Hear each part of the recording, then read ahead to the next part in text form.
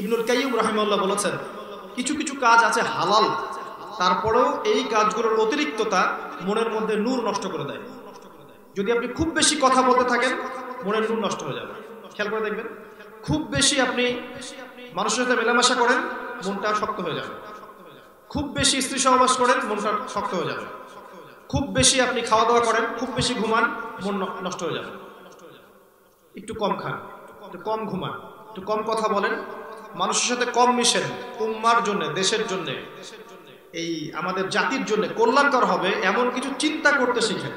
আর চিন্তা করতে হলে আপনাকে ফারেক হতে হবে। এই স্মার্টফোন, ইউটিউব, ফেসবুকে ব্যস্ত হয়ে থাকলে চিন্তা করার সময় কোথায় আমাদের এখন? ঢাকার লাইফ দেখেন না, সকাল থেকে রাত পর্যন্ত খালি ছোট আর ছোট, ছোট আর ছোট। একটা সেকেন্ড সময় নাই চিন্তা করার যে আমি কোথায় ছুটছি, আমি আসলে ছুটছি কিসের পিছনে, এটা চিন্তা করার সময়টুকু রাখা হয় নাই। সকাল থেকে রাত পর্যন্ত ছুটছেন আর ছুটছেন, ছুটছেন আর ছুটছেন। মাঝে মাঝে ফ্লাইওভার উপর উঠবেন, উঠে দাঁড়ায় দেখবেন মানুষের ছোটাছুটি। মানুষ আসলে জানেও না মানুষ কার পিছনে ছুটছে। আর আলটিমেট রেজাল্টটা কি? আলটিমেট রেজাল্ট হচ্ছে মৌত, মৃত্যু অপেক্ষা করছে সামনে। ছুটছে ছুটছে ছুটছে, মৌত, মালাকুল মৌত অপেক্ষা করছে, শেষ, দি এন্ড। আর মৌতের সবচেয়ে ভয়াবহ বিষয়টা হচ্ছে আশহাদু আল্লা ইলাহা ইল্লাল্লাহ ওয়াহদাহু লা শারীকা লাহু ওয়া নাশহাদু আন্না মুহাম্মাদান আবদুহু ওয়া রাসূলুহু আম্মা বা'দ ফাকাদ ক্বালা আল্লাহু তাআলা ফি কালামিহিল মাজিদ ওয়াল ফুরকানিহিল হামিদ ইয়া আইয়ুহাল্লাযীনা আমানু ইত্তাকুল্লাহা হাক্কা তুকাতিহি ولا تموتن إلا وأنتم مسلمون. وقال الله عز وجل إن الدين عند الله الإسلام. وقال الله تعالى وما آتاكم الرسول فخذوه وما نهاكم عنه فانتهوا. وقال رسول الله صلى الله عليه وسلم القرآن حجة لك أو عليك إن الله يرفع بهذا الكتاب أقواما ويضع به الآخرين. رب اشرح لي صدري ويسر لي أمري واحلل عقدة من لساني يفقه قولي اللهم فقهنا في الدين وعلمنا التأويل آمين يا أرحم الراحمين. الحمد لله. যাবতীয় প্রশংসা এবং গুণগান একমাত্র মহিয়ান ও গরিয়ান আল্লাহ সুবহানাহু ওয়া তাআলার জন্য, যে আল্লাহ রাব্বুল আলামিন নাজিল করেছেন মহাবিশ্বের মহাবিস্ময় মহাগ্রন্থ আল কোরআনুল কারীম। যে আল্লাহ পাক আজকে আমাদেরকে সুস্থ শরীরে এই মাহফিলে উপস্থিত হওয়ার তৌফিক এনায়েত করেছেন। আমরা সকলেই শুকরিয়া আদায়, দরুদ শরীফ পড়ি। আল্লাহুম্মা সাল্লি আলা মুহাম্মাদ ওয়া আলা আলি মুহাম্মাদ কামা সাল্লাইতা আলা ইব্রাহিম وعلى آل إبراهيم إنك حميد مجيد. اللهم بارك على محمد وعلى آل محمد كما باركت على إبراهيم وعلى آل إبراهيم إنك حميد مجيد. সম্মানিত উপস্থিতি, আপনারা কেমন আছেন? আলহামদুলিল্লাহ আলা কুল্লি হাল ফি কুল্লি মাকান। বৈশ্বিক ফিতনাময় পরিবেশে যতটুকু ভালো থাকা যায় আমরা তত ভালো আছি আলহামদুলিল্লাহ।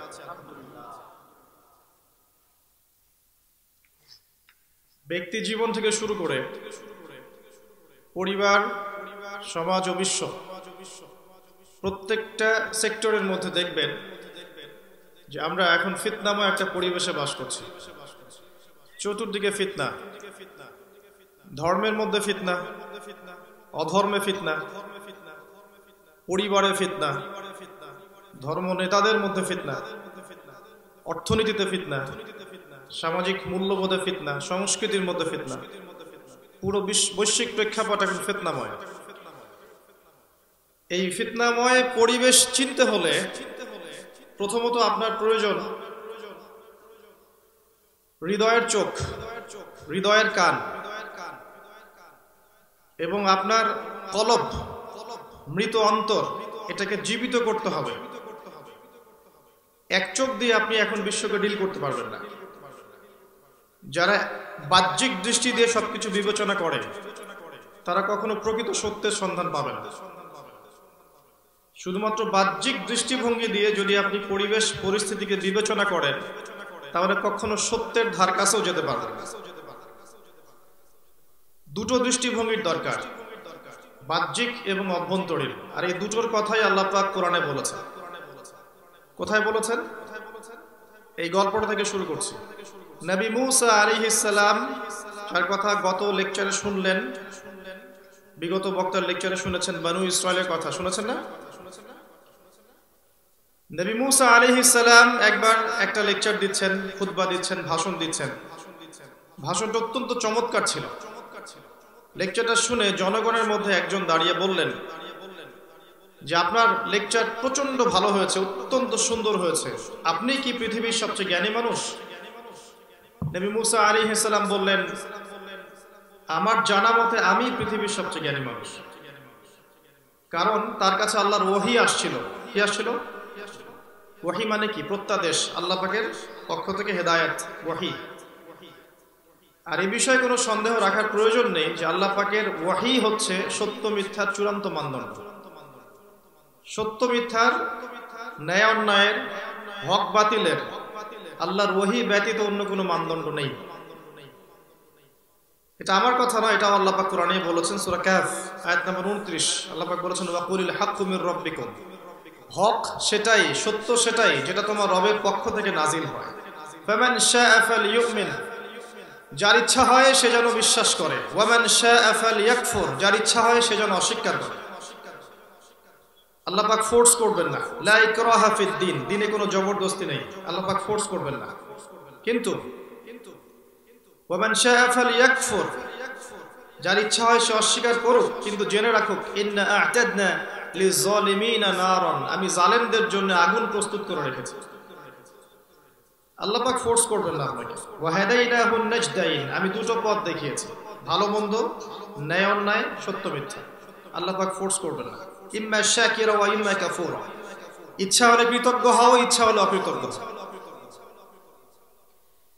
তো এই সূরার মধ্যে আল্লাহ পাক বলেছেন, ওয়াকুলিল হাক্কু মির রাব্বিকুম, হক তোমার রবের পক্ষ থেকে আসে। তো নবী মূসা আলাইহিস সালামের কাছে আল্লাহর পক্ষ থেকে হক এসেছিল, কোনো সন্দেহ নেই। যখন তাওরাত নাজিল হয়েছিল তখন তাওরাতই ছিল সত্য মিথ্যার একমাত্র মানদণ্ড, আর কোনো মানদণ্ড ছিল না। যখন জাবুর নাজিল হয়েছে তখন জাবুরই ছিল সত্য মিথ্যা, ন্যায় অন্যায়ের একমাত্র মানদণ্ড, অন্য কোনো মানদণ্ড ছিল না। ঠিক তেমনি ভাবে যখন ইনজিল নাজিল হয়েছিল নবী ঈসা আলাইহিস সালামের প্রতি, ইনজিল ছিল তৎকালীন সময়ের জন্য সেই টাইম ফ্রেমের মধ্যে সত্য মিথ্যার একমাত্র মানদণ্ড, আর কোনো মানদণ্ড ছিল না। ঠিক এভাবেই যখন থেকে কোরআন নাজিল হয়েছে এবং তার ব্যাখ্যা সুন্নাহ নাজিল হয়েছে, এখান থেকে শুরু করে কিয়ামত পর্যন্ত ন্যায় অন্যায়, হক বাতিল, সত্য মিথ্যার দ্বিতীয় কোনো মানদণ্ড নেই। এই বিষয়ে যদি বিশ্বাস করতে কারো সমস্যা হয় তাহলে তাকে আরো একবার আশহাদু আল্লা ইলাহা ইল্লাল্লাহ ওয়া আশহাদু আন্না মুহাম্মাদার রাসূলুল্লাহ এই কালিমা পড়ে মুসলিম হতে হবে, কারণ ইসলামের লিস্ট থেকে তার নাম কাটা পড়ে গেছে। আমার কথা কি বোঝা যায়? আমি একটু সুর দিতে পারবো না আপনাদেরকে অবশ্য, আর দিতে গেলে বিকৃত শোনাবে, শুনতে ভালো লাগবে না। আমি একটা হিসেব করছিলাম মনে মনে বাংলাদেশের ওয়াজ মাহফিলের ট্রেন্ডগুলোকে দেখে। সাধারণত যেটা হয় যে একটা লেকচার দেওয়ার জন্য একজন বক্তাকে 30,000, 40,000, 50,000 টাকা দেয়া হয় সাধারণত। তো যদি সে 1 ঘন্টা কথা বলে এবং সে যদি 60,000 টাকা বাজেট নেয়, প্রত্যেক মিনিটের বিনিময়ে সে 1,000 টাকা বাজেট করছে। বাংলাদেশের মানুষের মাথা পিছু আয় কত? একটা লেকচার দিয়ে আপনি 60,000 টাকা পাচ্ছেন, তাহলে 1 মিনিটে আপনি 1,000 টাকা করে পাচ্ছেন। তাহলে 1,000 টাকার মতো দামি কথা তো মানুষকে শোনাতে হবে, তাই না? নাকি হয়তো গল্প কেচ্ছা কাহিনী বলে সময় পার করব? সমস্যা উভয় মহলেই আছে। আমি ওয়াজ মাহফিলের মানুষ ছিলাম না, এখনো না, আমি শুধু আমার সামান্য কিছু জ্ঞান শেয়ার করার চেষ্টা করছি। এখানে এসে আমি দেখলাম যে আমাদের যে খুলুসিয়াত, নিয়াতের বিশুদ্ধতা, তাকওয়া, আল্লাহ ভীতি, এই বিষয়গুলোর মধ্যে চরম রকমের ঘাটতি আছে। যারা বলছি তাদেরও, যারা শুনছি তাদেরও অভিজ্ঞতা এমন কিছু অর্জিত হয়েছে যেগুলো শেয়ার করলে আসলে আমাদের নিজেদের দুর্বলতা প্রকাশ করা হবে, এই জন্য আমি শেয়ার করতে চাচ্ছি। একটা কথা মনে রাখবেন, প্রচুর ওয়াজ মাহফিল হচ্ছে সারা বাংলাদেশে এবং হয়, আপনি আলটিমেট রেজাল্টটার দিকে দেখবেন যে আসলে আলটিমেট রেজাল্টটা কি হচ্ছে। এক রাতের মাহফিলের নাম দিন ইসলাম নয়, আপনাকে 365 দিন আল্লাহ এবং তার রাসূলের আনুগত্য করতে হবে, এর নাম দিন ইসলাম। আচ্ছা, সারা রাত ওয়াজ করলে আপনারা সারা রাত শুনবেন আমি জানি, এর নাম দিন ইসলাম নয়। দিনের নাম হচ্ছে ওই ফজরের নামাজে জামাতে যেতে পেরেছেন কিনা, নামাজ পড়ছেন, শুধু নামাজ পড়েই যাচ্ছেন, এটাই দিনের সবকিছু নয়। আপনি কোন রিজিক খেয়ে নামাজ পড়ছেন, রিজিকের মধ্যে সুদ, ঘুষ, দুর্নীতি, করাপশন, আত্মসাতের টাকা আছে কিনা, এর নাম দিন ইসলাম। আপনি দান সদকা করছেন মসজিদের জন্য, মাদ্রাসার জন্য, এতটুকুর নাম দিন নয়। আপনার উপর যাকাত ফরজ হয়েছে, এটা দিচ্ছেন কিনা, এর নাম দিন। দিন শুধুমাত্র শোডাউনের নাম নয়, জনবলকে দিয়ে শোডাউন করা, টাকা পয়সার ফুলছড়ি ঘোরানো, নারায়ে তাকবীর আল্লাহু আকবার স্লোগান তোলা, কাউকে উস্কে দেয়া, কোন সংগঠনের জনবলকে দিয়ে অন্যদের কাছে একটা শোডাউন করা, এইসবের নাম দিন নয়। শেকড় থেকে আপনাকে দিনের জন্য কাজ করতে হবে। শেকড়টা কি জানেন? শেকড়টা হচ্ছে ইলম, মানে জ্ঞান। আমরা এখন পর্যন্ত একটা কনস্ট্রাকটিভ সিলেবাসে পড়াশোনা করতে পারিনি। একজন এমপি সাহেব, তিনি এমন যোগ্যতা অর্জন করবেন যেন তিনি এই এলাকার সমস্ত মানুষের ইমামতি করতে পারেন, এটা ইসলাম। একজন ডক্টর, যিনি ডক্টর, তিনি চিকিৎসা শাস্ত্রে যেমন পারদর্শী হবেন, ইসলামের বেসিক ফান্ডামেন্টাল সম্পর্কে নলেজ রাখবেন, তার নাম দিন ইসলাম। একজন আলেম, যিনি একজন আলেম, আলেমে দিন, যার কাছে কোরআন এবং সুন্নাহর জ্ঞান আছে, কোরআন সুন্নাহকে দিয়ে সে বিশ্ব, সমাজ, রাজনীতি, অর্থনীতিকে ডিল করবে, এর নাম দিন ইসলাম।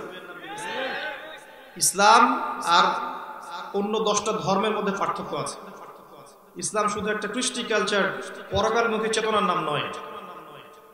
ইন্না দীনা ইনদাল্লাহিল ইসলাম, ইসলাম এমন একটা দিনের নাম যেখানে আপনি আপনার জীবনের প্রত্যেকটা বিষয়ের সমাধান পাবেন।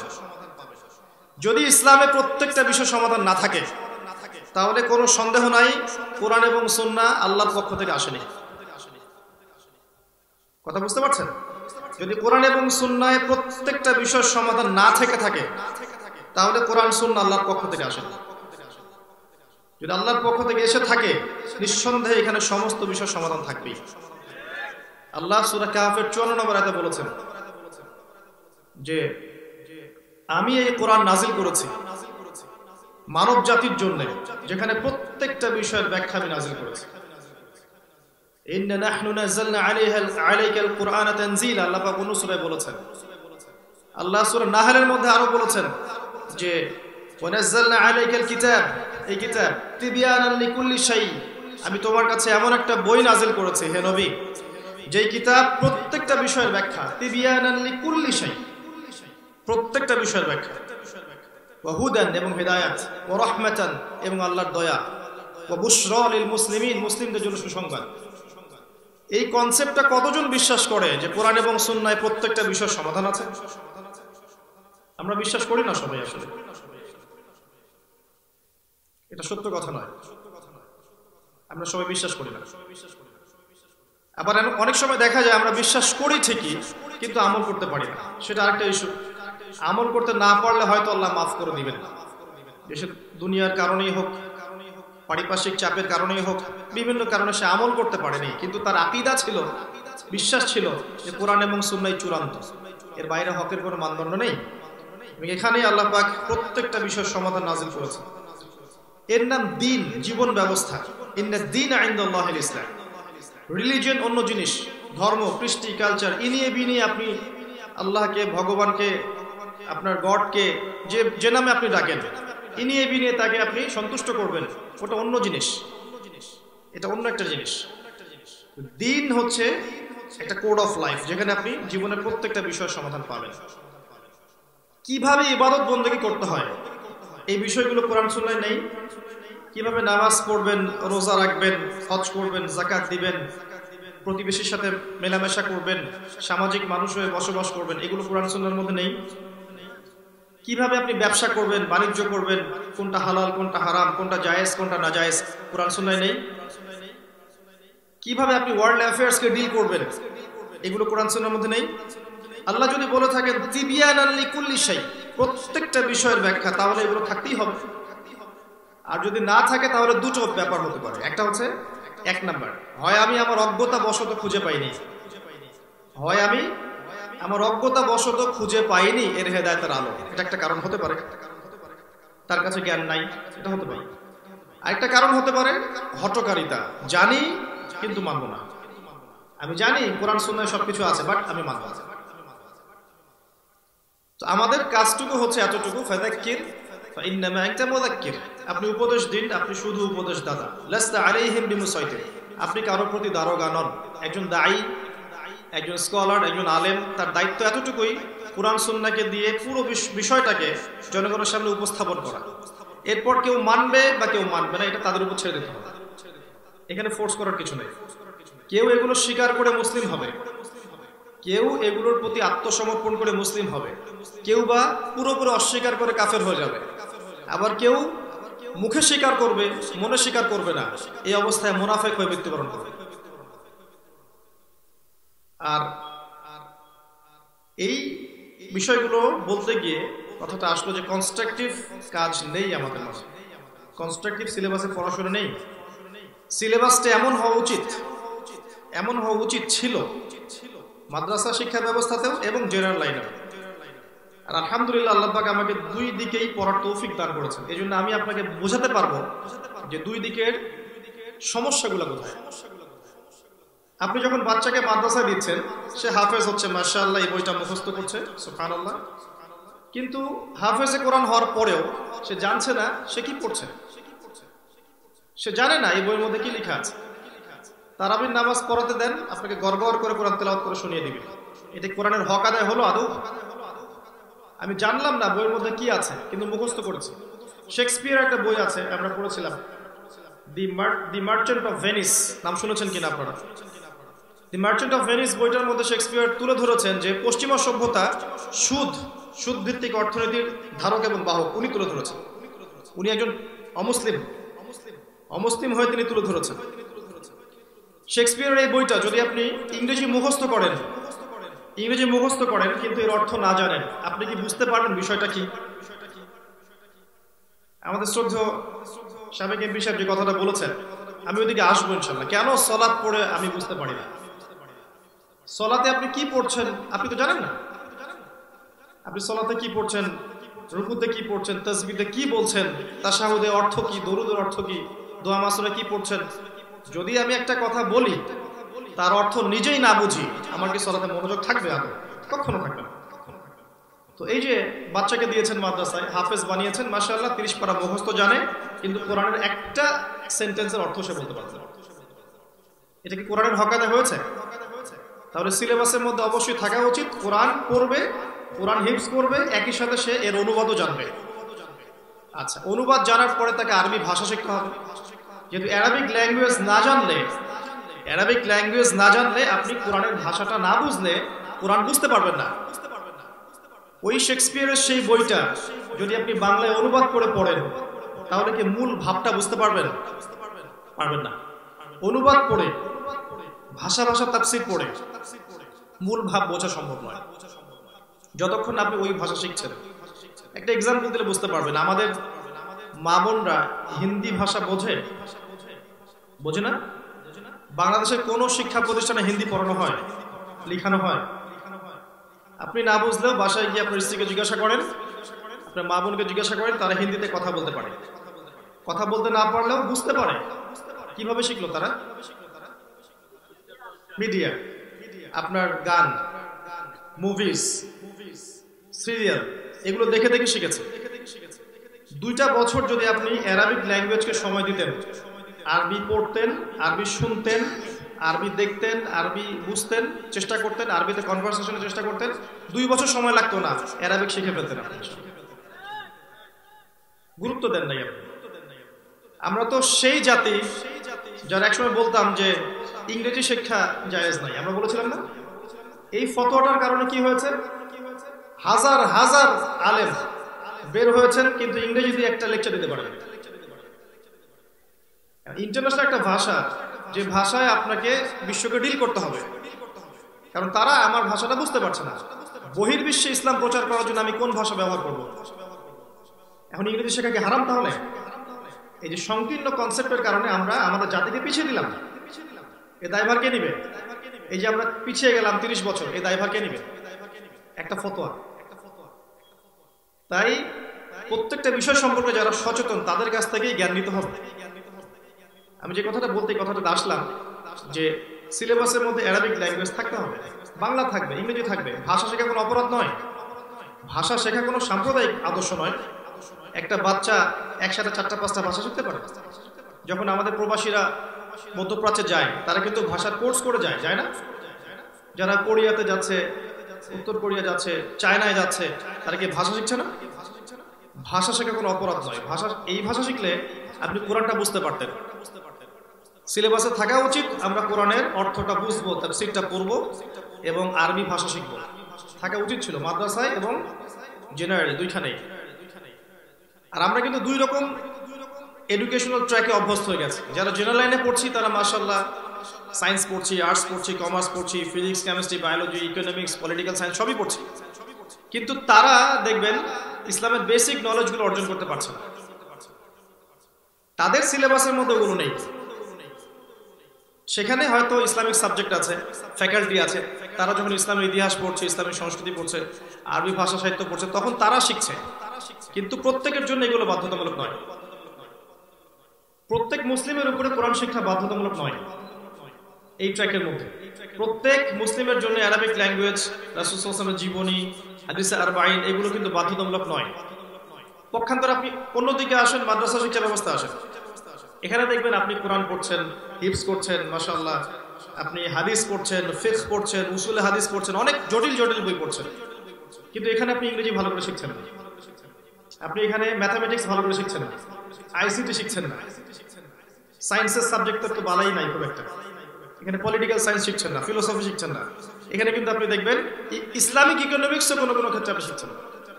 এই যে একটা দ্বিমেরুকরণ, এটাকে দূর করবেন কিভাবে? আর এই যে কথাগুলো বললাম, আল্লাহ পাক বলার তৌফিক দিলেন, আমাদের একটা স্বাধীন জাতি হিসেবে আত্মপ্রকাশ করার কিন্তু অনেক বছর হয়ে গেছে। এতদিন পর্যন্ত আমাদের প্রত্যেকটা ইনস্টিটিউশনের মধ্যে কিন্তু হারমোনিয়াস কম্বিনেশনের এরকম সিলেবাস লঞ্চ করা হয়নি। তাই যখন আপনি জেনারেল লাইনে পড়ছেন, আপনি শুধু ওইটাই শিখছেন। পরে দেখা যাচ্ছে যখন বার্ধক্যে চলে আসছেন, তখন নিজে নিজে কিছু পড়াশোনা করার চেষ্টা করছেন ইসলামিক, কিন্তু এই সময়ের মধ্যে আপনার অনেক বছর চলে গেছে, গোল্ডেন টাইমগুলো চলে গেছে। যেমন শ্রদ্ধেয় স্যার উনি বললেন যে উনি এখন পড়ার চেষ্টা করছেন, শুকরিয়া, আল্লাহ পাক তাকে জ্ঞান বাড়িয়ে দেখবে আপনি। এই যে এরকম মানুষের সংখ্যা কিন্তু 1-2 নয়, অনেক মানুষের সাথে আমার পরিচয় আছে যারা জীবনের একটা পর্যায়ে ম্যাচিউর যখন হয়েছেন, 40+ এজে চলে গেছেন, 40 বছর না হলে কিন্তু কারো ম্যাচিউরিটি হয় না, ম্যাচিউর হয়ে গেছেন, তখন কিন্তু দ্বীনের হেদায়েত এসেছে। এখন তার তৃষ্ণা জেগেছে কোরআন বোঝার, অ্যারাবিক ল্যাঙ্গুয়েজ শেখার, হাদিস পড়ার, কিন্তু দেখেন গোল্ডেন টাইম কিন্তু চলে গেছে, 20 থেকে 40 চলে গেছে। ওই সময়টুকুর মধ্যে আমরা যেখানে পড়াশোনা করেছিলাম সেখানে এই ট্র্যাকগুলো ছিল না। অ্যাজ এ মুসলিম এগুলো শেখা কি আমার অপরাধ ছিল? এগুলো শিখলে কি আমি নষ্ট হয়ে যেতাম? আমার দ্বারা দেশ, জাতি, উম্মাহ উপকৃত না হয়ে ক্ষতিগ্রস্ত হতো? কখনো না। আবার যারা মাদ্রাসায় পড়ছি, দেখেন আমরা মাশাআল্লাহ সব পড়ছি, কিন্তু সব পড়ার পরেও কেন জানি আমাদের মধ্যে একটা ব্যাকডেটেড মানসিকতা থেকেই যাচ্ছে। আমরা এগুলো পড়তে চাচ্ছি না, আইসিটি পড়ছি না, কম্পিউটার সায়েন্স পড়তে যাচ্ছি না, সায়েন্স পড়তে যাচ্ছি না, আমরা mathematics, philosophy, Islamic history, Islamic culture, Islamic economics এই সাবজেক্টগুলোকে ইনক্লুড করছি না মাদ্রাসায়।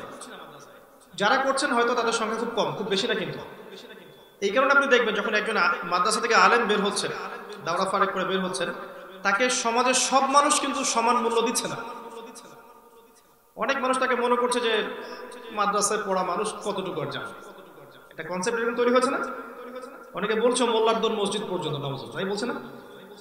একটু চিন্তা করে দেখেন, আবু বকর সিদ্দিক রাদিয়াল্লাহু আনহু তিনি শুধু কি একজন সুন্নাহর অনুসারী মানুষই ছিলেন, না একজন খলিফাও ছিলেন? উমর ইবনে খাত্তাব তিনি কি শুধুমাত্র একজন নামাজ পড়া, রোজা রাখা, যাকাত সাদাকা দেওয়া মানুষ ছিলেন, না একজন খলিফাতুল মুসলিমিন ছিলেন? আলী রাদিয়াল্লাহু আনহু তিনি একাধারে নবী সাল্লাল্লাহু আলাইহি ওয়াসাল্লামের জামাতা ছিলেন, ইসলামের ইতিহাসের প্রথম থেকে নবীর পাশে ছিলেন, প্রতিটা যুদ্ধে তার পাশে ছিলেন, খলিফাও ছিলেন। এই যে দ্বৈনতাগুলো কিন্তু বিগত 100, 200, 300 বছর ধরে আমরা দেখছি।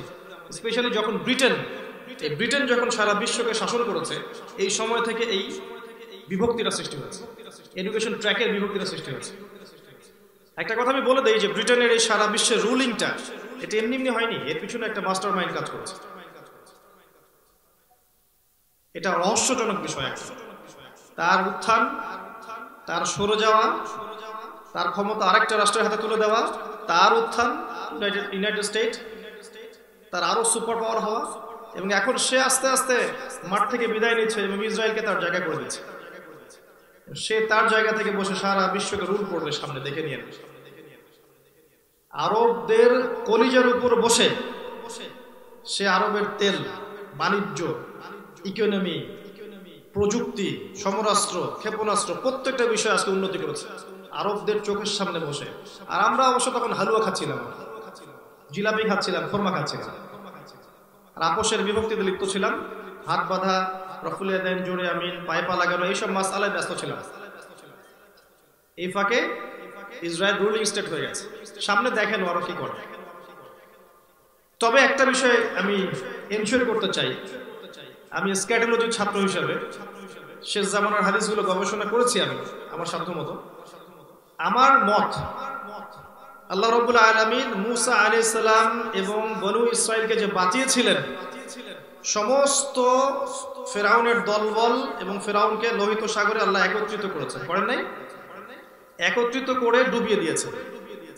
আল্লাহ আগে একত্রিত করেছেন, তারপর ডুবিয়ে দিয়েছেন। আল্লাহ ওদেরকে একত্রিত করেছেন ওখানে ডোবানোর জন্য। তাদের জুলুমের অবসান হবে ইনশাআল্লাহ। যাই হোক, এই ট্র্যাকটাকে পরিবর্তন করতে চেষ্টা করুন, শেকড় থেকে কাজ করুন। এডুকেশন প্রজেক্ট হাতে নিন, এমন মাদ্রাসা, মক্তব, মসজিদ, স্কুল, কলেজ গড়ে তুলুন যেখানে কনস্ট্রাকটিভ সিলেবাসে পড়াশোনা করা হবে, এবং কিছু কিছু বিষয়ে মুসলিমদের জন্য বাধ্যতামূলক করে দেওয়া যেতে পারে, যেমন কোরআন শিক্ষা, অ্যাটলিস্ট কোরআনের তেলাওয়াতটা শিক্ষা, অ্যাটলিস্ট কোরআনের তেলাওয়াতটুকু শিক্ষা, 40টা হাদিস পড়া, ফিকহের মাসআলাগুলো পড়া, নামাজের নিয়মগুলো শেখা। এগুলো যদি ইনস্টিটিউশনালি পড়তে পারতাম, তাহলে এই বয়সে এসে আমাকে ফিকির করতে হতো না আমি কোথায় শিখবো না। সিম্পল। এই কাজগুলো বেসিক। এরপরে জানা অনুযায়ী আমল করা উচিত ছিল আমাদের। আমরা জানি হয়তো অনেক, নিজেদের কথাই বলছি, আমরা হয়তো জানি অনেক, বাট আমল করার ক্ষেত্রে আমরা নাই। ভিতরে যে কি পরিমাণ আমাদের দুনিয়া প্রেম, স্বার্থ, লোভ, হিংসা, অহংকার ঢুকে গেছে, এগুলো আপনি কল্পনা করতে পারবেন না। আমার মতো অনেক বক্তা যারা এখন বক্তব্য করে বেড়াচ্ছে, আমাদের কলিজাগুলো যদি আল্লাহ পাক খুলে বের করে জনগণের সামনে দেখাতেন, তাহলে দুর্গন্ধে আমার বক্তব্য শুনতে আসতেন না। আমার মতো, আমি নিজেকে এক্সাম্পল দিচ্ছি, আমি তো নিজেকে বুঝি, মানুষকে বোঝার তো দরকার নাই। আমাদের কলিজাগুলো যদি আল্লাহ পাক খুলে জনগণকে দেখাতেন, এই দেখো তার আত্মার মধ্যে এগুলো আছে, দুর্গন্ধে আপনি আমার লেকচার শুনতে আসতেন না। ভিতরে এত দুনিয়া প্রেম আছে, এত টাকার মোহ আছে, খ্যাতির মোহ আছে, পোস্টার একটা নাম তুলতে হবে, মানুষ আমার সাথে সেলফি তুলবে, হ্যাঁ, কত চাওয়া আমাদের। হিসেবে একটু গন্ডগোল হলে স্টেজে উঠবো না, ক্যান্সেল, অনেক ব্যাপার আছে। আমি সব বলতে চাচ্ছি না, হয়তো শুনতে ভালো লাগবে না অনেকের, তবে আমি খুব ব্যথিত এই অবস্থাগুলো দেখে। এই হয়তোবা এই কারণেই, আমাদের খুলুসিয়াত না থাকার কারণেই হয়তোবা আমাদের হাতে কোরআন সুন্নাহ থাকার পরেও আমরা কোরআন সুন্নাহকে দিয়ে বিশ্বকে চ্যালেঞ্জ করতে পারি না, খুলুসিয়াতের অভাবে। আবার সবসময় জনগণও যে সুবিধার তা নয়, অনেক সময় দেখা যায় জনগণও মাশাআল্লাহ মাহফিল অ্যারেঞ্জ করছেন, কোনো কিছুর উদ্যোগে হিউজ অ্যামাউন্ট অফ টাকা কালেকশন করেছে। বড় একজন বক্তাকে ডাক দিয়ে বক্তাকে সামান্য কিছু গাড়ি ভাড়া দিয়ে বিদায় করে বাকি টাকা আত্মসাৎ করে শেষ করে। এমন ঘটনা আছে। আবার দেখা যাচ্ছে একজন বক্তা আরেকজনকে ঠিক করবে। আমি এগুলো জানতাম না, বুঝতাম না, এখন বুঝতে শিখছি। একজন বক্তা আরেকজনকে ঠিক করবে। প্রথম বক্তা জানে না যে দ্বিতীয় বক্তা তাকে ঠিক করেছে। দ্বিতীয় বক্তা কমিটির কাছ থেকে নিয়েছে 50 আর প্রথম বক্তাকে বুঝিয়ে দিয়েছে 30, বাকি 20 তার পকেটে। আপনারা জানেন না যে কি হচ্ছে আসলে। ইসলাম নিয়ে আমরা যা করছি এটা হয়তো আল্লাহ পাকের গজব যে কোরআন সুন্নাহ হাতে আছে, আমরা তারপরেও শোষিত। আমরা শাসকের আসলে নই, আমরা কোরআন সুন্নাহ থাকার পরেও দাসত্বের মধ্যে আছি। আল্লাহর গজব এটা আমি মনে করি। খুলুসিয়ত নিয়ে আসেন, আল্লাহর জন্য কাজ করেন, আল্লাহর জন্য মানুষকে বলেন, আল্লাহর জন্য আল্লাহর পথে সময় দেন, সৎ কাজের আদেশ করেন, অসৎ কাজে নিষেধ করেন। এবং আল্লাহ যখন কবুল করবেন কাউকে, আল্লাহ পাক তার জন্য মানুষের অন্তরে ভালোবাসা সৃষ্টি করে দেবেন ইনশাআল্লাহ। দুনিয়ার স্বার্থের জন্য নয়, পলিটিক্যাল পাওয়ার অ্যাচিভ করার জন্য নয়, বড় ধর্মীয় নেতা হব, আমার পিছনে সবাই হাত পাখা দিয়ে বাতাস করবে, এই ধরনের লৌকিকতার জন্য নয়। আল্লাহর জন্য কাজ করেন, আল্লাহ আপনাকে বড় করে দেবেন ইনশাআল্লাহ। সমালোচকরা, বিরোধিতাকারীরা, বিতর্কিত করতে যাবে যারা, এরা ধুলোয় উড়ে যাবে ইনশাআল্লাহ, আপনি কিচ্ছু হবে না। আমাদের সংশোধনের দরকার। অন্যর দিকে আঙ্গুল তোলার সময় না এখন, আগে সঠিক সিলেবাসে পড়াশোনা করেন, জানা অনুযায়ী আমল করেন, আল্লাহর ওয়াস্তে তাসকিয়া, আত্মশুদ্ধি অর্জন করেন। মনের মধ্যে হিংসা, ঘৃণা, গীবত, তহমত, সমালোচনা, অহংকারের সংস্কৃতি বাদ দিয়ে দেন। মনটাকে পবিত্র করেন। কদ আফলাহা মান যাক্কাহা ওয়া কদ খাবা মান দাসাহা। কি করলে মন পবিত্র হবে? পরকালের ফিকির করেন, কবরের ফিকির করেন, আল্লাহ পাকের সামনে দাঁড়াতে হবে, এই চিন্তায় দিনরাত পার করেন। মন পবিত্র হবে, নরম হবে ইনশাআল্লাহ। বেশি থেকে বেশি আল্লাহর এই কিতাবটা তেলাওয়াত করেন, মনটা নরম হবে ইনশাআল্লাহ। বেশি থেকে বেশি আল্লাহর জিকির করেন, মন নরম হবে ইনশাআল্লাহ। একটু কম খান, হুজুরদের খাওয়া দেখলে তো মাথা খারাপ। একটু কম খান, একটু কম ঘুমান, কম স্ত্রী সহবাস করেন, মানুষের সাথে কম কথা বলেন, শান্ত থাকার অভ্যাস করেন। দেখবেন আল্লাহর পক্ষ থেকে কলবের মধ্যে নূর আসবে ইনশাআল্লাহ। ইবনুল কাইয়্যিম রাহিমাহুল্লাহ বলেছেন, কিছু কিছু কাজ আছে হালাল, তারপরেও এই কাজগুলোর অতিরিক্ততা মনের মধ্যে নূর নষ্ট করে দেয়। যদি আপনি খুব বেশি কথা বলতে থাকেন, মনের নূর নষ্ট হয়ে যাবে। খেয়াল করে দেখবেন, খুব বেশি আপনি মানুষের সাথে মেলামেশা করেন, মনটা শক্ত হয়ে যাবে। খুব বেশি স্ত্রী সহবাস করেন, মনটা শক্ত হয়ে যাবে। খুব বেশি আপনি খাওয়া দাওয়া করেন, খুব বেশি ঘুমান, মন নষ্ট হয়ে যাবে। একটু কম খান, একটু কম ঘুমান, একটু কম কথা বলেন, মানুষের সাথে কম মিশেন। উম্মার জন্য, দেশের জন্য, এই আমাদের জাতির জন্য কল্যাণকর হবে এমন কিছু চিন্তা করতে শিখেন। আর চিন্তা করতে হলে আপনাকে ফারেক হতে হবে। এই স্মার্টফোন, ইউটিউব, ফেসবুকে ব্যস্ত হয়ে থাকলে চিন্তা করার সময় কোথায় আমাদের এখন? ঢাকার লাইভ দেখেন না, সকাল থেকে রাত পর্যন্ত খালি ছোট আর ছোট, ছোট আর ছোট। একটা সেকেন্ড সময় নাই চিন্তা করার যে আমি কোথায় ছুটছি, আমি আসলে ছুটছি কিসের পিছনে, এটা চিন্তা করার সময়টুকু রাখা হয় নাই। সকাল থেকে রাত পর্যন্ত ছুটছেন আর ছুটছেন, ছুটছেন আর ছুটছেন। মাঝে মাঝে ফ্লাইওভার উপর উঠবেন, উঠে দাঁড়ায় দেখবেন মানুষের ছোটাছুটি। মানুষ আসলে জানেও না মানুষ কার পিছনে ছুটছে। আর আলটিমেট রেজাল্টটা কি? আলটিমেট রেজাল্ট হচ্ছে মৌত, মৃত্যু অপেক্ষা করছে সামনে। ছুটছে ছুটছে ছুটছে, মৌত, মালাকুল মৌত অপেক্ষা করছে, শেষ, দি এন্ড। আর মৌতের সবচেয়ে ভয়াবহ বিষয়টা হচ্ছে যে মৃত্যুর পর আর ফিরে আসার সুযোগ নাই। এটা সবচেয়ে ভয়ঙ্কর বিষয়। তো আত্মশুদ্ধির ব্যাপারটা বলছিলাম, এই কাজগুলো করলে আত্মশুদ্ধি অর্জন হবে ইনশাআল্লাহ। আল্লাহর নূর তখন কলবের মধ্যে নাজিল হবে, তখন ইনশাআল্লাহ আপনি আল্লাহর চোখ দিয়ে দেখবেন, আল্লাহর কান দিয়ে শুনবেন ইনশাআল্লাহ। তখন আপনি এমন কিছু দেখবেন, এমন কিছু শুনবেন যেটা 8-10 জন শুনছে না এবং দেখতে পারছে না। একটা আয়াত খালি বলবো এখানে। আল্লাহ পাক সূরাতুল আ'রাফ এর 179 নম্বর আয়াতে বলেছেন, আউযু বিল্লাহি মিনাশ শাইতানির রাজীম, ওয়া লাকাদ, listen to me very carefully, ওয়া লাকাদ যারা'না লিজাহান্নামা কাসীরাম মিনাল জিন্নি ওয়াল ইনস। আমি প্রচুর সংখ্যক মানুষ এবং জিনকে জাহান্নামের জন্য সৃষ্টি করেছি। কত সংখ্যক? প্রত্যেক হাজারে 999 জন মানুষ জাহান্নামে যাবে। সহিহ বুখারীর হাদিস 4 বার এসেছে। প্রত্যেক হাজারে 999 জন মানুষ জাহান্নামে যাবে। এবং জাহান্নাম উদ্বোধন করা হবে যে তিনজন মানুষকে দিয়ে। তার মধ্যে একজন আছে আলেম, একজন আছে শহীদ, একজন আছে দানবীর। তোমাকে পৃথিবীতে সম্পদ দিয়েছিলাম, স্ত্রী দিয়েছিলাম, খ্যাতি দিয়েছিলাম, নিয়ামত দিয়েছিলাম, কি করেছো? আল্লাহ অনেক বড় আলেম হয়েছিলাম, কারি হয়েছিলাম, হাফেজ হয়েছিলাম, বক্তা হয়েছিলাম, তোমার দিনের বড় খেদমত করেছি। আল্লাহ বলবেন কাযিবত, মিথ্যা কথা বলছো। তুমি এই কারণে এগুলো করেছিলে যাতে মানুষ তোমাকে বড় বক্তা বলে, বড় আলেম বলে, বড় হাফেজ, বড় কারি বলে। যাও জাহান্নামে, তাকে জাহান্নামে নিয়ে যাওয়া হবে। আবার জাহান্নামে এক শ্রেণীর আলেম ঘুরতেও থাকবে, বক্তা ঘুরতেও থাকবে, এবং তাদের যে নাড়ি ভুঁড়ি আছে, এই নাড়ি ভুঁড়িটা বের হয়ে যাবে, নাউযুবিল্লাহ। নাড়ি ভুঁড়ির চারদিকে ঘুরতে থাকবে। জনগণ এসে বলবে, অন্য জাহান্নামীরা এসে বলবে, আলাস্তা কুনতা তা'মুরুনা বিল মা'রুফ ওয়া তানহাউনা আনিল মুনকার।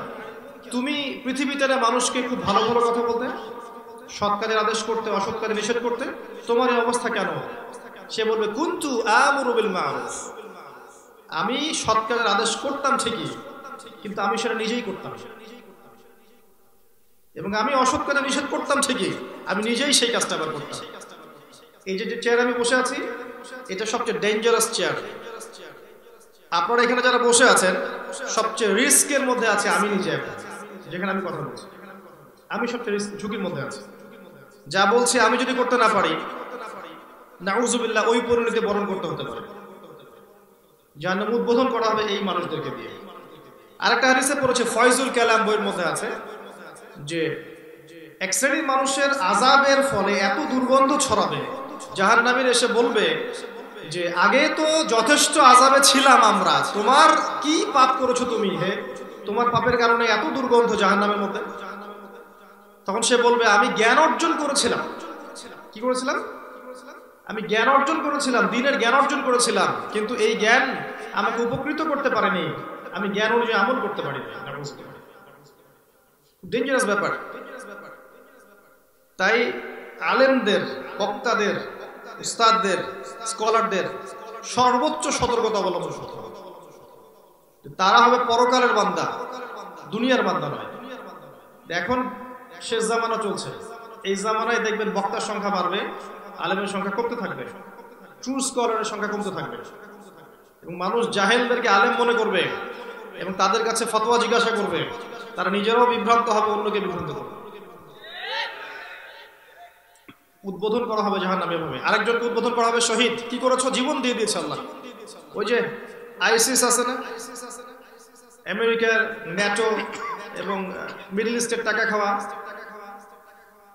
মুসলিম রাষ্ট্রগুলোর মধ্যে ফাসাদ সৃষ্টি করে বেড়ায়, জিহাদের নামে জঙ্গিবাদ ছড়িয়েছে। আমি শহীদ হয়েছিলাম।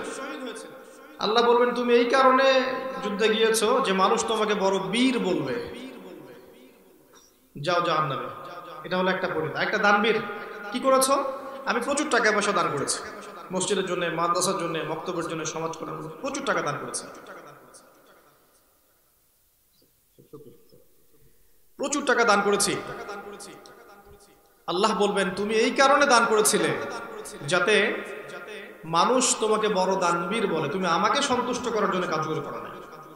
তাহলে একটা হাদিস থেকে খেয়াল করেন, এই হাদিসটার রাবী হচ্ছেন আবু হুরায়রা রাদিয়াল্লাহু তাআলা আনহু। মনে থাকবে, এই হাদিসের রাবী আবু হুরায়রা রাদিয়াল্লাহু আনহু যখন এই হাদিস বর্ণনা করতেন তখন অজ্ঞান হয়ে পড়ে যেতেন, আমি দিব্যি বলে গেলাম, আমার কোনো ফিলিংস আসলো না। কিন্তু তো খুলুসিয়াত, নিয়াত খুব ইম্পর্টেন্ট জিনিস। কোন নিয়াতে আমি কি কাজ করছি, এই চেয়ারে বসে কি নিয়াতে আমি দিনের কাজ করছি। নিয়াত যদি বিশুদ্ধ না থাকে, কোশ্চিনকালে আমল কবুল হবে না। দুনিয়াতে আপনি আমাকে বড় বক্তা বলতে পারেন, আলেম বলতে পারেন, স্কলার বলতে পারেন, নেতা বলতে পারেন, আমার খুলুসিয়াত আল্লাহ জানতেন আমি কি নিয়াতে কোন কাজ করছি।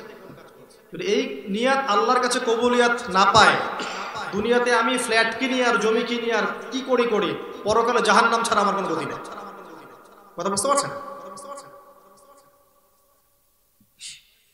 তাজকিয়ার কথা বলতে গিয়ে কথাগুলো আসলো। আত্মশুদ্ধি অর্জন করতে হবে, কনস্ট্রাকটিভ সিলেবাসে পড়তে হবে, জানা অনুযায়ী আমল করার চেষ্টা করতে হবে, এবং জানা অনুযায়ী আমল করার সবচেয়ে বেস্ট অপশন হচ্ছে রাসূলুল্লাহ সাল্লাল্লাহু আলাইহি ওয়াসাল্লামের সুন্নাহ মাফিক জীবনযাপন করা। 24 ঘন্টার সুন্নাহগুলো ফলো করেন, জানা অনুযায়ী আমল হয়ে যাবে ইনশাআল্লাহ। এবং তাসকি আত্মশুদ্ধি অর্জন করেন, তাহলে আল্লাহর নূর আপনার কলবে আসবে, আপনি আল্লাহর নূর দিয়ে দেখবেন। ওই আয়াতটা বলছিলাম যে আমি প্রচুর সংখ্যক জিন আর মানুষকে জাহান্নামের জন্য সৃষ্টি করেছি, 1999 জন। তাদের অপরাধটা কি আল্লাহ বলেছেন এই আয়াতের মধ্যে, লাহুম কুলুবুন লা ইয়াফকাহুনা বিহা। অপরাধ হচ্ছে তাদের হৃদয়ে ছিল, উপলব্ধি করতো না। এক নম্বর অপরাধ, হৃদয় ছিল, উপলব্ধি করতো না। ওয়ালাহুম আযানুন লা ইয়াসমাউনা বিহা, কান দিয়েছিলাম শুনতো না, কান দিয়েছিলাম শুনতো না। ওয়ালাহুম আ'য়ুনুন লা ইউবসিরুনা বিহা, চোখ দিয়েছিলাম দেখতো না। উলাইকা কাল আনআম, এরা হচ্ছে গবাদি পশুর মতো। বাল হুম আদাল, বরং তার চাইতেও তারা নিকৃষ্ট। ওয়া উলাইকা হুমুল গাফিলুন, এরা হচ্ছে গাফেল সম্প্রদায়। এই আয়াতে আপনি দেখছেন জাহান্নামে যাওয়ার কয়েকটা কারণ আল্লাহ বলছেন। কলব দিয়েছিলাম, উপলব্ধি করতো না। আমরা কি আসলে মন দিয়ে উপলব্ধি করি? চিন্তা করি কোন বিষয়গুলোকে নিয়ে, কোরআনের আয়াত নিয়ে, হাদিস নিয়ে চিন্তা করি, ফিকির করি, গবেষণা করি? চিন্তা করেছেন কখনো? আচ্ছা, একটা আয়াত দিয়ে চিন্তা করার জন্য একটু চিন্তা করবেন, চিন্তা করবেন কেমন? সূরা কাহফ পড়েছেন? সূরা কাহফে আসহাবুল কাহফ কত বছর ঘুমিয়েছিলেন? 309 বছর। ঘুমানোর সময় তাদের পকেটের মধ্যে কিছু পয়সা ছিল। কি ছিল? পয়সা ছিল। তারা একটা সমাজে বসবাস করতেন, আল্লাহদ্রোহী সমাজ। সেখান থেকে তারা চলে গেছেন, চলে গিয়ে অন্য কোথাও যাচ্ছিলেন, রাস্তায় গুহায় আশ্রয় নিয়েছেন। আল্লাহ পাক ঘুম পাড়িয়ে রেখেছেন 309 বছর। তারপর উঠালেন। ওঠার পরে তাদের বক্তব্য ছিল যে কাম লাবিসতুম, তোমরা কতদিন ঘুমিয়েছো? একজন বলছে লাবিসনা ইয়াওমান আও বা'দা ইয়াওম, একদিন ঘুমিয়েছি বা একদিনের কিছু অংশ। রব্বুকুম আ'লামু বিমা লাবিসতুম, আচ্ছা আল্লাহ ভালো জানেন কতদিন ঘুমিয়েছো। আচ্ছা, এই পয়সাগুলো নিয়ে বাজারে যাও। একজন বলছে, ওই 9 জন 10 জনের একজন বলছে এই পয়সাগুলোকে নিয়ে বাজারে যাও। ফালিয়ানজুর আইয়ুহা আসকা তুআমা, খেয়াল করে দেখবে কোন খাবারটা উত্তম পবিত্র খাবার, সেই খাবারটা নিয়ে আসবে। মানে ক্ষুধার্ত, তারা ঘুম থেকে উঠেই ক্ষুধার্ত। লাবিসনা ইয়াওমান আও বা'দা ইয়াওম রব্বুকুম আ'লামু বিমা লাবিসতুম ফাবআসু ইলা আহাদিকুম আহাদাকুম ইলা ওয়ারিকুম হাদিহি ইলাল মাদিনা ফালিয়ানজুর আইয়ুহা আসকা তুআমা। এই পয়সাগুলোকে দিয়ে একজনকে পাঠাও, মদিনা মানে শহরে যাবে, গিয়ে দোকান থেকে খাবার নিয়ে আসবে। আপনাকে চিন্তা করার জন্য একটা বলছি, শোনেন। 309 বছর ঘুম থেকে ওঠার পরে পকেটে হাত দিয়ে কিছু পয়সা বের করে দিলেন, দিয়ে বললেন যে এই পয়সাগুলোকে নিয়ে বাজারে গিয়ে খাবার নিয়ে আসো। কি চিন্তা করবেন? 309 বছর ঘুমানোর পর তাদের পয়সার মানটা কমে যায় না। কথা কি বুঝলেন? মাথার উপর দিয়ে গেল। 309 বছর ঘুম থেকে ওঠার পরে যে পয়সা নিয়ে ঘুমিয়েছিলেন সেই পয়সা দিয়েই তিনি বাজারে পাঠাচ্ছেন খাবার নিয়ে আস। 309 বছর পর তাদের মুদ্রার মান কমে যায়নি। তাহলে তাদের মুদ্রা কিসের ছিল? কাগজের? হয় গোল্ড দিনার অথবা সিলভার দিরহাম, কিছু একটা হবে। আপনি এবার আপনার 1 বছরের ইনকাম ধরেন, 1 বছরের ইনকাম আপনার 12 লক্ষ টাকা, মাসে 1 লক্ষ টাকা করে।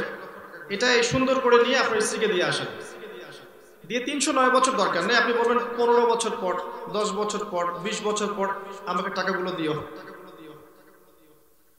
এখন 12 লক্ষ টাকা দিয়ে আপনি যা করতে পারবেন 20 বছর পর সেটা করতে পারবেন।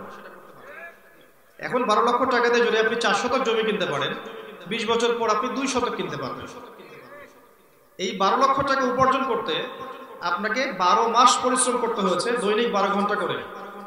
কিন্তু 20 বছর পরেই আপনার ওই শ্রমটা অর্ধেক হয়ে গেল, 6 মাসের শ্রমে রূপান্তরিত হলো। বাকি 6 মাসের শ্রম কোথায় গেল? হাওয়ায় মিলিয়ে গেল। কোথায় গেল? কিন্তু যদি আপনার স্যালারি হতো এমন কোনো বিষয় দিয়ে যেটা প্রেশিয়াস সাস্টেইনেবল সম্পদ, অথবা যার ইন্ট্রিনসিক অন্তর্নিহিত কোনো মান আছে, ভ্যালু আছে, আসহাবুল কাহফের মুদ্রার মতো, তাহলে 300 বছর পরেও আপনার টাকার মান কমতো না। আমি কি বুঝাতে পারলাম?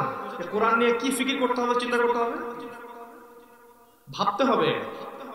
লাহুম কুলুবুন লা ইয়াফকাহুনা বিহা, কলব দিয়েছিলাম, উপলব্ধি করেনি, জাহান্নামে যাওয়ার কারণ। কান দিয়েছিলাম, শোনেনি। কোন কান? বাইরের কানে তো আপনি সব শুনছেন না? ভিতরের কান, কলবের কান ছিল না। আ'য়ুনুন লা ইউবসিরুনা বিহা, চোখ দিয়েছিলাম, দেখেনি। কোন চোখ? বাইরের চোখে দেখেন না আপনি? বাইরে চোখে দেখছেন না প্রগতি, উন্নতি, অগ্রগতি দেখছেন না? ভিতরের চোখ দিয়ে দেখলে দেখবেন সামনে হচ্ছে পতনের সময়। কিসের পতন? চতুর্দিক থেকে দেখবেন যে মুসলিমদের উপর নির্যাতন বাড়তে থাকবে, নিপীড়ন বাড়তে থাকবে। ওয়ার্ল্ড আরো রুল করবে ইসলামের বিরোধী পরাশক্তিগুলো। ঠিক ওই মুহূর্তে আল্লাহ রাব্বুল আলামিন মুসলিমদের একজন নেতা বের করবেন, নবী সাল্লাল্লাহু আলাইহি ওয়াসাল্লামের বংশধর থেকে আল মাহদি ইমার্জ করবে। ঈসা ইবনে মারইয়াম আসবেন ওই জেরুজালেম থেকেই, সারা ওয়ার্ল্ডে তিনি খিলাফা কায়েম করবেন ইনশাআল্লাহ। এটা আসবে সামনে। তার আগ পর্যন্ত মুসলিমদের সামনে একটা কঠিন সময় আছে। ওয়ার্ল্ড অ্যাফেয়ার্স পড়লে বুঝবেন ওয়ার্ল্ডের কয়েকটা পয়েন্ট রেডি, যে কোনো মুহূর্তে সারা ওয়ার্ল্ডে একটা পারমাণবিক যুদ্ধ হয়ে যেতে পারে, যে কোনো সময়। এই যে নতুন ইস্যু সৃষ্টি হয়েছে, এই যে ন্যাটো ইউক্রেনকে উস্কে দিয়েছে রাশিয়ার বিরুদ্ধে, দেখেছেন খবর? এটা একটা ইস্যু হতে পারে, নিউক্লিয়ার ওয়ার ইস্যু রেডি অনেকগুলো। সিরিয়া একটা ইস্যু, প্যালেস্টাইন একটা ইস্যু, এই যে উত্তর কোরিয়া আমেরিকা একটা ইস্যু, রাশিয়া চায়না একটা ইস্যু, রাশিয়া এবং চায়না, এইদিকে আমেরিকা ব্রিটেন ন্যাটো, এর একটা ইস্যু। যে কোনো সময় ওয়ার্ল্ড একটা ভয়ঙ্কর জায়গার মতো দাঁড়িয়ে আছে। আর একবার এগুলো হলে ওয়ার্ল্ড আর আগের ওয়ার্ল্ডের মতো থাকবে না, এই বিশ্ব আর আগের বিশ্বের মতো থাকবে না। যাই হোক, আল্লাহ পাক বলেছেন মনের কান দিয়ে শুনতে, মনের চোখ দিয়ে দেখতে এবং কলবকে উজ্জীবিত করতে। কখন হবে? যখন নূর আসবে। আর নূর কখন আসবে? যখন কলবের মধ্যে সমস্ত রিপু, খারাপ রিপুগুলো দূর করে ফেলবেন। বেশি বেশি সালাত পড়বেন, তাহাজ্জুদ গোজার হবেন, জিকির করবেন, তিলাওয়াত করবেন, অন্যের হিতাকাঙ্ক্ষী হবেন, সমাজ দেশ রাষ্ট্র ভালো চাবেন, কারো প্রতি হিংসা বিদ্বেষ গীবত তহমত অহংকার রাখবেন না। কলবে নূর আসবে ইনশাআল্লাহ, তার আগ পর্যন্ত আসবে না। আর বিশ্বাস করেন, যার হৃদয়ে যত বেশি নূর আছে তার কবর তত আলোকিত হবে ইনশাআল্লাহ। যার কলবে যত বেশি নূর আছে, পুলসিরাত পার হওয়ার সময় তার ডান দিকে এবং সামনে আলো থাকবে ইনশাআল্লাহ। সূরা হাদীদ পড়ে দেখেন, এখানে এগুলো বলা আছে। এবার আসেন, আমি যে কথাটা বলছিলাম যে আপনাকে পুরো পরিস্থিতি বুঝতে হলে মূসা এবং খিজির আলাইহিস সালামের এই গল্পের খিজির আলাইহিস সালাম হতে হবে। ওই গল্প থেকে শুরু করেছিলাম। মূসা আলাইহিস সালাম কি বলেছিলেন? আমি সবচেয়ে জ্ঞানী মানুষ, মনে আছে? আল্লাহ পাক এটা ধরলেন, আল্লাহ ধরে বললেন, হে মূসা, তুমি পৃথিবীর সবচেয়ে জ্ঞানী মানুষ নও। আমার অমুক বান্দা আছে যাকে তুমি দুই সাগরের মিলনস্থলে পাবে, মাজমাউল বাহরাইন, দুই সাগর যেখানে মিলে গেছে এই জায়গায় আমার বান্দাকে তুমি পাবে। এই বান্দার নাম হচ্ছে খিজির বা শ্যামল। কি নাম? খিজির। এর বাংলা অর্থ হচ্ছে শ্যামল। অনেক নন মুসলিমের নাম আছে না, শ্যামল দত্ত, শ্যামল, সবুজ। হাদিসের কিতাবে এসেছে যে উনি যেখানে বসতেন সেই জায়গাটা শ্যামল হয়ে যেত, সবুজ হয়ে যেত। এবং তাকে আল্লাহ পাক বলেছেন যে তিনি হচ্ছেন পৃথিবীর সবচেয়ে জ্ঞানী মানুষ। নবী মূসা আলাইহিস সালাম তার কাছে গেলেন। আমি ঘটনাটা সংক্ষিপ্ত করলাম, বড়টা বলার সময় পাবো না আমি। তিনি তার কাছে গিয়ে বললেন যে আমি শুনেছি যে আপনি পৃথিবীর সবচেয়ে জ্ঞানী মানুষ, আমি কি আপনার সঙ্গী হতে পারি? জ্ঞান শেখার জন্য আমি কি আপনার সঙ্গী হতে পারি? এবার খিদর আলাইহিস সালাম বলছেন, ইন্নাকা লান তাসতাতিআ মা'আ সাবরা, তুমি আমার সাথে সবর করতে পারবে না, তুমি আমার সাথে ধৈর্য ধরতে পারবে না। কি টিচার! আমরা স্টুডেন্টরা আসলে কি বলি?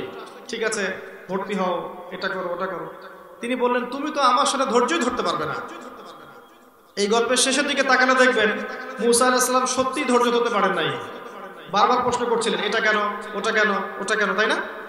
কখনো পড়েছেন? কে কে সূরা কাহফ পড়েছেন? হাত তোলেন। বাকিদেরকে দাজ্জাল বাঁচাতে পারে, বাকিরা তো দাজ্জাল থেকে বাঁচতে পারবে না, হাত নামান। নবীজি কি বলেছেন? সূরা কাহফ সেই সূরা যে সূরা আপনাকে মাসিহুদ দাজ্জালের মতো ভয়ঙ্কর ফিতনা থেকে বাঁচাবে। আজ পর্যন্ত পড়েন নাই, বাঁচবেন কিভাবে? তো খিদর আলাইহিস সালাম সঙ্গে নিলেন মূসা আলাইহিস সালামকে। এবার যাত্রা হচ্ছে ফানতালাকা, তারা হাঁটছেন, নৌকায় উঠলেন নদী পার হওয়ার জন্য। বিনা পারিশ্রমিকে নদী পার করানো মাঝি, কিন্তু নৌকায় খিদর আলাইহিস সালাম ফুটা করে দিলেন। এবার মূসা আলাইহিস সালাম জিজ্ঞাসা করলেন যে লাকাদ, আপনি কি করলেন? যারা আমাদেরকে বিনা পারিশ্রমিকে নদী পার করালো, আপনি ওদের নৌকা ফুটা করে দিলেন? আপনি তো অন্য একটা কাজ করলেন। তখন খিদির আলাইহিস সালাম বললেন যে আমি কি তোমাকে বলিনি তুমি আমার সাথে ধৈর্য ধরতে পারবে না? নবী মুসা আলাইহিস সালাম অ্যাপোলোজাই করলেন, বললেন আমি ভুল হয়ে গেছে, লা তুআখিযনি বিমা নাসিত, আমি যেটা ভুলে গেছি এই জন্য আমাকে ধরেন না, চলেন আবার যাই সামনে। আবার সামনে গেলেন, বাচ্চা, একটা ছোট্ট বাচ্চাকে হত্যা করে ফেললেন খিদির আলাইহিস সালাম। শিশু মার্ডার বিশাল অপরাধ না? মনে করি দেই মুসা আলাইহিস সালামও কিন্তু মার্ডার কেসের আসামি, মনে আছে? ওই যে বনু ইসরাইল একটা ঘুষি দিয়ে মেরে ফেলেছিলেন না, উনি মারতে চাননি, মরে গেছেন। যাই হোক, মুসা আলাইহিস সালামের গায়ে অনেক শক্তি ছিল, প্রচন্ড শক্তিশালী ছিলেন তিনি, এবং অনেক ব্যক্তিত্বপরায়ণ ছিলেন, খুবই ব্যক্তিত্বপরায়ণ ছিলেন। তো তিনি দেখছেন বাচ্চাকে মার্ডার করা হচ্ছে, তিনি তো আর থাকতে পারলেন না। আপনি এমন একটা প্রাণকে হত্যা করলেন, নিষ্পাপ প্রাণ, আপনি তো একটা নেহায়েত অন্যায় কাজ করলেন। তিনি আবার বললেন আমি তোমাকে বলিনি আলাম আকুল লাক ইন্নাকা লান তাসতাতিআ মা'ইয়া সাবরা, তুমি ধৈর্য ধরতে পারবে না? আর একটা প্রশ্ন যদি করো তুমি, তাহলে তোমার আর আমার যাত্রা এখানে শেষ। তারা আবার হাঁটলেন, এবার একটা শহরের মধ্যে, একটা গ্রামের মধ্যে গেলেন। সেই গ্রামে গিয়ে তারা মেহমানদারি চাইলেন, খাবার পানি চাইলেন, কিন্তু তারা খাবার পানি তো দিলই না, বরং তাদেরকে তাড়িয়ে দিল। খিদির আলাইহিস সালাম দেখলেন ওই বাড়ির একটা দেয়াল ধসে পড়ে গেছে। খিদির আলাইহিস সালাম সেই দেয়ালটাকে আবার নির্মাণ করে দিলেন। এবার মুসা আলাইহিস সালাম বলছেন যে আপনি তাদের কাছে খাবার চাইলেন, পানিও চাইলেন, তারা রিফিউজ করলো, উল্টা তাদের উপকার করে দিলেন, কিছু আজর পারিশ্রমিক তো নিতে পারতেন। তখন খিদির আলাইহিস সালাম বললেন তোমার আর আমার চলা এখানেই শেষ, হাদা ফিরাকু বাইনি ওয়া বাইনাক, তোমার আর আমার পথ এখানেই শেষ। তবে যাওয়ার আগে আমি তোমাকে জানিয়ে দেব কি কারণে আমি এই তিনটা কাজ করেছি।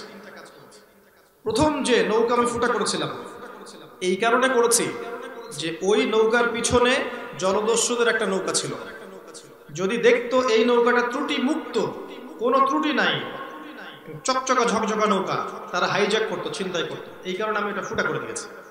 তাই আপাত দৃষ্টিতে বাহ্যিক চোখে মনে হচ্ছে আমি একটা অন্যায় করেছি, কিন্তু প্রকৃত অর্থে আমি অন্যায় করি নাই, আমি বরং তার উপকার করে দিয়েছি। আপনাকে আমি বুঝাচ্ছি, বাহ্যিক চোখ দিয়ে সবকিছু দেখলে আপনি সত্যের সন্ধান পাবেন না। আমার কথা বুঝতে পারছেন কি? এবার দ্বিতীয় যে বাচ্চাটাকে হত্যা করেছি, এটা আমি নিজের ইচ্ছায় করিনি, আল্লাহর হুকুমে করেছি। কারণ আল্লাহ আমাকে বলেছেন যে এই বাচ্চাটা যখন বড় হবে তখন সবচেয়ে বড় কাফেরদের একজন হবে, হতো, যদি বড় হতো তাহলে এটা হতো, এবং সে নিজে এবং নিজের পিতামাতা সবাইকে কুফরিতে নিয়ে যেত। তাই আল্লাহর হুকুমে আমি এই কাজটা করেছি। আল্লাহ পাক এই সন্তানের বদলায় অন্য একটা সন্তান তাদেরকে দিবেন, যেই সন্তান হবে আত্মীয়তার সম্পর্ক রক্ষার জন্য অনেক উপকারী। ওয়ামা ফাআলতুহু আন আমরি, আমি নিজের ইচ্ছা এগুলো করি নাই, আমি শুধু আল্লাহর আদেশ পালন করেছি। তাই আপাত দৃষ্টিতে আপনার কাছে মনে হচ্ছে যে অন্যায় করেছি, প্রকৃত অর্থে অন্যায় আমি করিনি। পার্থক্য আপাত দৃষ্টি প্রকৃত দৃষ্টির পার্থক্য দেখেন। আর ওই যে দেয়ালটা নির্মাণ করলাম, এই দেয়ালটা ছিল এই বাড়ির দুইজন এতিম বাচ্চা, ঠিক আছে? দুইজন এতিম বাচ্চা, ওদের বাবা ছিল সালেহ, মুমিন, মুসলিম, সালেহ, সৎ, তারা মারা গেছেন, বাবা মা মারা গেছেন, দুইজন ছেলে এখানে থাকে বাচ্চা, তাদের পৈতৃক কিছু সম্পত্তি এই দেয়ালটার নিচে রেখে গেছেন তার বাবা। এই দেয়ালটা নির্মাণ করেছি যাতে যৌবনকালে এসে তারা এই সম্পদটা ফিরে পায়। যদি না নির্মাণ করতাম এই সম্পদটা হয়তো অন্যরা নিয়ে যেত। তাই আপাত দৃষ্টিতে মনে হচ্ছে আমি অহেতুক কাজটা করেছি, কিন্তু সত্যিকার অর্থে আমি ওদের উপকার করে দিয়েছি। এখানে একটা ভাবার বিষয়, এটা কোন সম্পদ যেটার মূল্য বছরের পর বছর ধরে থাকবে, তাই না? তিনটা কাজ আল্লাহ পাক কোরআনে বলেছেন, এবং শোনেন আল্লাহ পাক কোরআনে বলেছেন, হাদিসেও এসেছে, খিজির আলাইহিস সালাম এই পৃথিবীর সবচেয়ে জ্ঞানী মানুষের মধ্যে একজন, এবং মুসা আলাইহিস সালামকে তার কাছে জ্ঞান শিখতে পাঠানো হয়েছে। যে মুসা আলাইহিস সালামের কাছে তাওরাত নাজিল হয়েছিল, সেই খিজির আলাইহিস সালাম এই তিনটা কাজ করেছেন, যেগুলোকে বাহ্যিক চোখে দেখলে মনে হচ্ছে অপরাধ, অন্যায়, ভুল, কিন্তু প্রকৃত অর্থে প্রত্যেকটা কাজের পিছনে আছে গ্রহণযোগ্য রিজন, তাই না? তো এটা বুঝতে হলে আপনার কি লাগবে? শুধু বাহ্যিক চোখ দিয়ে হবে? মুসা আলাইহিস সালামের শুধু বাহ্যিক চোখ ছিল, অভ্যন্তরীণ চোখটা খিজির আলাইহিস সালামের ছিল। তা আমরা যদি এই দুইটা চোখ দিয়ে এই ওয়ার্ল্ডকে দেখি, তাহলে আপনি এখন দেখবেন এই ওয়ার্ল্ড এবং আইয়ামে জাহেলিয়াত ওই 1450 বছর আগের ওয়ার্ল্ডে কোনো পার্থক্য নেই। কিভাবে দেখাচ্ছে দেখেন, আইয়ামে জাহেলিয়াতের ওয়ার্ল্ডের মধ্যে শিরক ছিল। কি ছিল? 5টা মৌলিক সমস্যা ছিল, তার মধ্যে একটা হচ্ছে শিরক। আপনি যদি বিশ্বের দিকে তাকান, বিশ্বের প্রতিটা সেক্টরে শিরক আছে, ইবাদত বন্দেগীতে শিরক আছে। মুসলিমদের মধ্যে এখন কবর পূজা হচ্ছে না, মাজার পূজা, কবর পূজা, আল্লাহর হালালকে হারাম করা, হারামকে হালাল করে নেয়া, আল্লাহ ছাড়া অন্য কাউকে সেজদা করা, অন্য কারো কাছে দোয়া করা, অন্য কারো কাছে নজর করা, মানত করা, অন্য কারো নামে কসম করা, তাকদীরকে অস্বীকার করা, আল্লাহকে গালি দেওয়া, আল্লাহকে অস্বীকার করা, রাসূলকে গালি দেওয়া, এগুলো মুসলিমদের মাঝে নাই? আছে। ধর্মতাত্ত্বিক শিরক। ইকোনমিক্সে যান, দেখবেন আল্লাহর হালালকে তারা হারাম করেছে, আল্লাহর হারামকে হালাল করে নিয়েছে।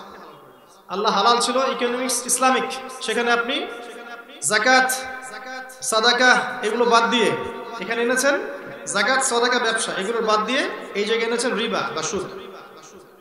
এবং হয় আপনি খাচ্ছেন, না হলে দিচ্ছেন, না হলে সাক্ষী থাকছেন, না হলে লিখে রাখছেন। 4টা ক্যাটাগরি কোনোটাতে পড়ছেন।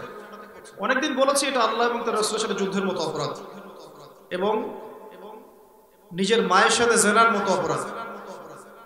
সেই বুখারীতে এসেছে 1 দিরহাম সুদ খেলে 36টা মেয়ের জীবন, 36টা মেয়ের সম্মান হানির অপরাধ হয়, জিনার অপরাধ হয়। আমরা এখানে আল্লাহর হালালটাকে হারাম করে ফেলছি আর হারামটাকে হালাল করে নিয়েছি। এটাও এক প্রকার শিরক। সূরা তাওবার 31 নম্বর আয়াত পড়ে দেখবেন। এডুকেশনও শিরক আছে, দেখবেন, দেখতে হবে 2 চোখ দিয়ে।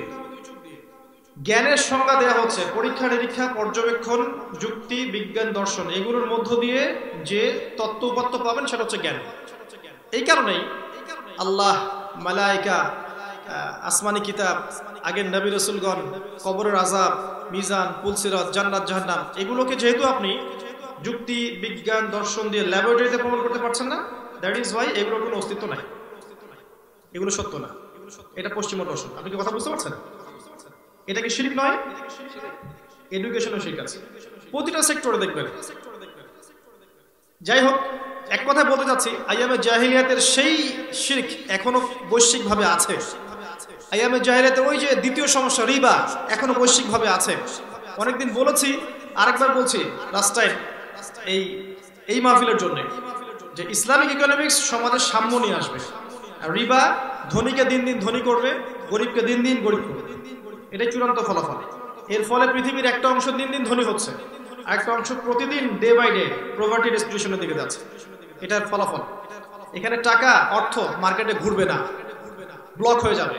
ইসলামিক ইকোনমিক্সে মার্কেটে টাকা সার্কুলেট করতে থাকবে। এটা নিয়ে অন্যদিন কথা হবে ইনশাআল্লাহ। রিবা ওই যুগে ছিল, এই যুগে তো শুধু আছেই, বরং গ্লোবালাইজেশন হয়েছে, সারা ওয়ার্ল্ড জুড়ে এখন রিবা। ওই যুগে 3 নম্বর সমস্যা ছিল মাদক দ্রব্য। এখনকার তরুণ প্রজন্মের দিকে তাকাবেন, দেখবেন মাদক দ্রব্যের 6 লাভ দিয়ে ভর্তি।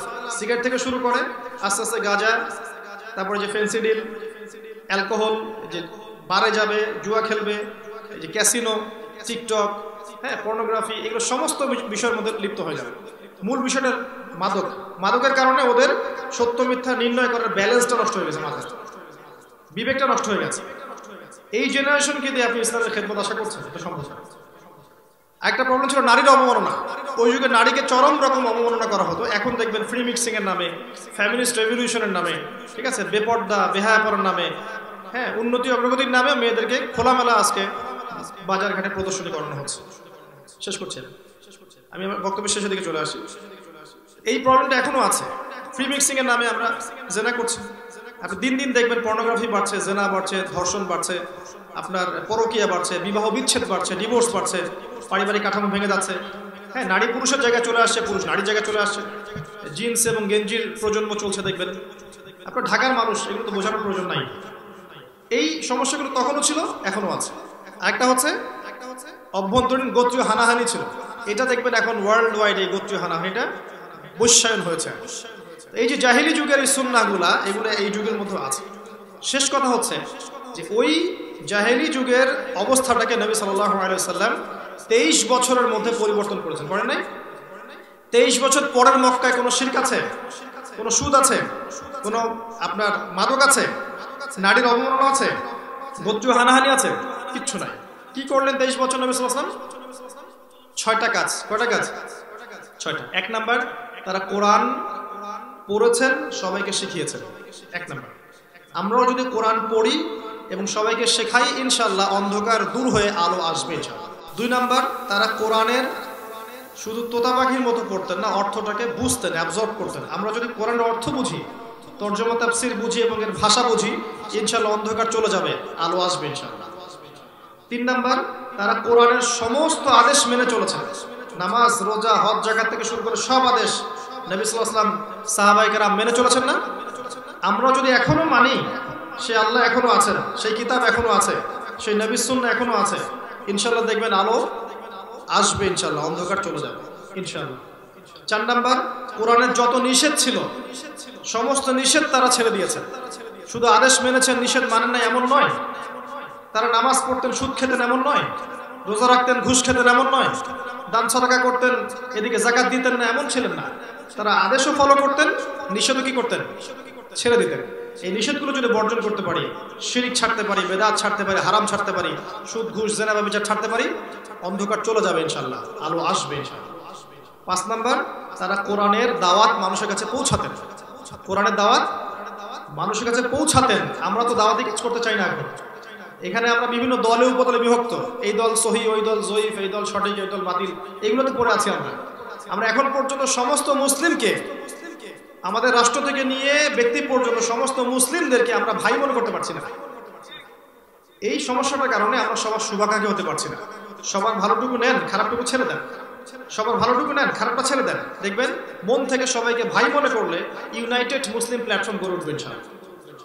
দেখবেন ইনশাআল্লাহ এই কোরআনের তিলাওয়াত, এর হিফজ, এর অনুবাদ, এর আদেশ মানা, নিষেধ বর্জন করা, এর দাওয়াত প্রচার করা, এর মধ্য দিয়ে ইনশাআল্লাহ দেখবেন আজ না হোক কাল না হোক, আজ থেকে 100 বছর পরে হলেও দেখবেন এমন একটা প্রজন্ম গড়ে উঠবে ইনশাআল্লাহ, যেই প্রজন্ম আল্লাহর জন্য বাঁচবে, আল্লাহর জন্য মরবে ইনশাআল্লাহ।